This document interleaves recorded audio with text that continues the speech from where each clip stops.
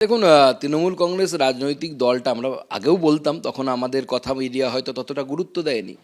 কিন্তু আমি যখন রাজ্য সভাপতি ছিলাম তখন থেকে বহুবার বলেছি যে কোনো রাজনৈতিক দল, যে রাজনৈতিক দল কোনো একটি আদর্শের উপর ভিত্তি করে তৈরি নয়, সেই রাজনৈতিক দল দীর্ঘকালীন রাজনীতিতে টিকে থাকতে পারে না।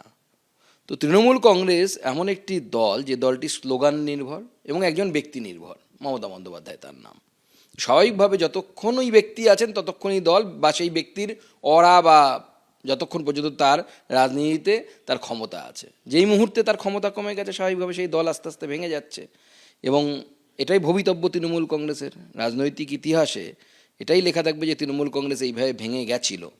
এবং মনে রাখবেন, এই পৃথিবীতে আপনি যা করবেন তা আপনাকে ফেরত পেতে হবে। আমরা তৃণমূল আমলেই দেখেছি বিধায়কদেরকে নিয়ে গিয়ে বিধানসভার মধ্যে জয়েনিং করানো, মানে এটা পৃথিবীর ইতিহাসে কোথাও ঘটেছে কি না জানা নেই, ভারতবর্ষের ইতিহাসে তো আমি কোনো শুনিনি বা দেখিনি যে বিধানসভার মধ্যে সেটা হচ্ছে, দলবদল বিধায়কের। তো এখন তো তার ফল ভুগতে হবে, সেটাই হচ্ছে আস্তে আস্তে ওনার যে বানানো দুর্গ, সেই দুর্গ আস্তে আস্তে ধসে পড়ছে। দিল্লিতে আপনি লোকসভায় রয়েছেন, 7 বছর হয়ে গেল। লোকসভায় অনেক আপনার বন্ধু, বিরোধী দলে অনেকে রয়েছে। এই যে তৃণমূল কংগ্রেসের বিদ্রোহীরা, যাদের মন খারাপ হয়ে উঠছে অনেকের দলে থাকতে গিয়ে, অনেকেই দলের বিরুদ্ধে সরব হচ্ছেন, লোকসভার সাংসদদের কেউ মন খারাপ হয়ে আপনাকে জানালো, আর এই আগুন কি এবার লোকসভা রাজ্যসভাতে আসছে? দেখুন, আমি বিধায়কদের তো মন খারাপ হয়েছেই, সেই জন্য তারা বিধায়কের আলাদা দল তৈরি করেছে। তবে সাংসদদেরও মন খারাপ হওয়ার, বিধায়কদের হলে সাংসদদেরও হবে, এটাই আশা করা যায়। তবে এই মুহূর্তে আমি আমার রাডার বা সিগন্যাল টাওয়ার যাই বলুন না কেন অফ রেখেছি, কারো সিগন্যালই আমি এই মুহূর্তে আর নিচ্ছি না।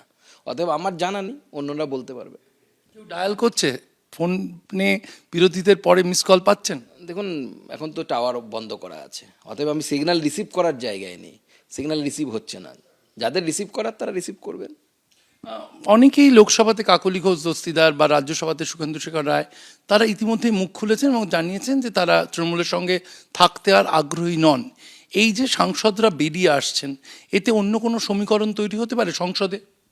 সামনেই বর্ষাকালীন অধিবেশন আসছে, অপেক্ষা করুন না, অনেক কিছুই হতে পারে। একটু অপেক্ষা করুন, দেখুন কি হয়। ধীরে ধীরে ক্রমশ প্রকাশ্য। তৃণমূলের একাংশ যাদের মন খারাপ করছে না, যারা মমতা বন্দ্যোপাধ্যায়ের সঙ্গে এখনো আছি শব্দটা বারবার বলছেন, তারা বলছেন সবের পিছনে মোদি, অমিত শাহ, সবের পিছনে বিজেপি।